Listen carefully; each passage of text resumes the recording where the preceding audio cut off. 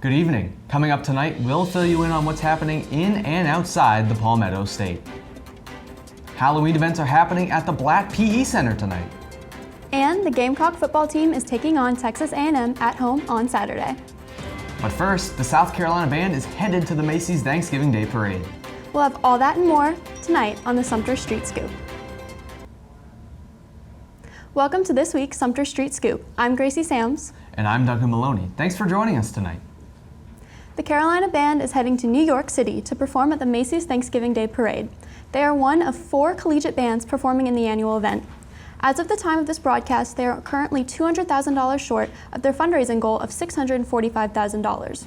This money will help cover meals, travel expenses, uniforms, and more. The cost is elevated because the band will be traveling to Clemson just 2 days after the Macy's parade in order to play at the Clemson-Carolina football game.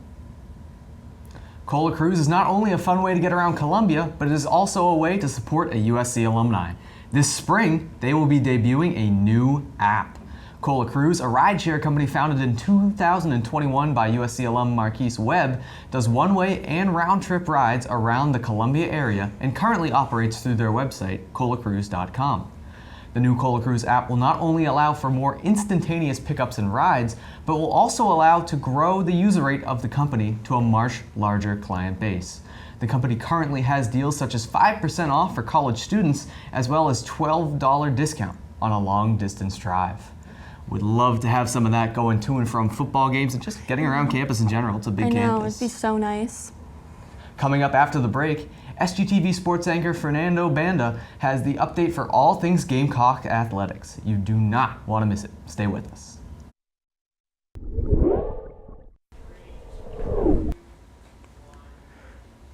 Happy homecoming week, Gamecocks. It's time for football this weekend with South Carolina taking on the Texas A&M Aggies Saturday at 7:30 p.m. Last year, Texas A&M defeated the Gamecocks 30-17 in College Station after Max Johnson passed for 249 yards. The South Carolina football team will look to continue their momentum after defeating Oklahoma 35-9 2 weeks ago. As of Thursday night, the Aggies are 3.5-point favorites. A win for South Carolina would give the 10th-ranked Aggies their first SEC loss this season, as they're the last team in the conference without a blemish on their record. The Gamecocks will travel to Nashville next week to face off against Vanderbilt on the road. The South Carolina women's soccer team was defeated by Mississippi State Wednesday night in the Gamecocks regular season finale. At Stone Stadium, 5th-year senior Kat Berry put the home team up with a goal in the 9th minute, marking just the 4th goal allowed by number 2 ranked Mississippi State this season. However, the Bulldogs netted 2 in the second half with goals from Hannah Johnson and Kennedy Husbands in quick succession to give the lead to Mississippi State. Husband's goal was the last of the game, with the Gamecocks suffering their first home loss of the season. Coming up for South Carolina is the SEC tournament in Pensacola. They will either play Alabama or Vanderbilt on Tuesday, November 5th. Amanda Anderson is with us for the latest in entertainment. What's Columbia up to, Amanda? Thanks, Fernando. Halloween night is in full swing here at the University of South Carolina as the USC Scream event returns this year to offer spooks and scares to students. For all the scaredy cats out there, it is important to note that tonight's event features eerie decorations, sudden sounds, and fog effects to create the spine-chilling atmosphere. To keep everyone safe and ensure a fun experience, there are some important rules and precautions in place. Attendees can enter in groups up to 5 and present their Carolina cards for admission. Full or partial Halloween masks and face paint are prohibited, ensuring clear visibility for staff and attendees. Additionally, no props, including costume weapons, are allowed, and the university's clear bag policy will be enforced. With all this excitement, U-Scream will hope to be a memorable experience for Gamecocks, providing the perfect opportunity to enjoy some Halloween fun. Now switching gears from spooky to theatrical, the University of South Carolina's Department of Theater and Dance is currently hosting their annual 10-minute play festival at the Booker T. Washington Lab Theater. This festival started on October 24th and will run to November 3rd, showcasing a vibrant array of short plays that are all 10 minutes long. Performances will be held at 7:30 p.m. on November 1st and 2nd, with a matinee on November 3rd at 2 p.m.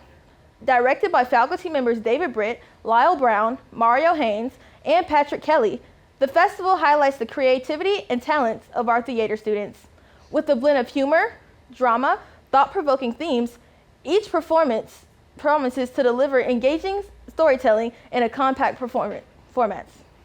Tickets are on sale right now and are priced at just $10. For more information and to purchase tickets, visit the USC Department of Theater and Dance website. After the commercial, Duncan and Gracie will return to finish up tonight's news wrap. The student body treasurer, Jacob Vaught, has resigned from his position effective after November 6th. Vaught said, quote, "I believe stepping down is the best course of action to ensure the continued effectiveness of the treasurer's office," end quote.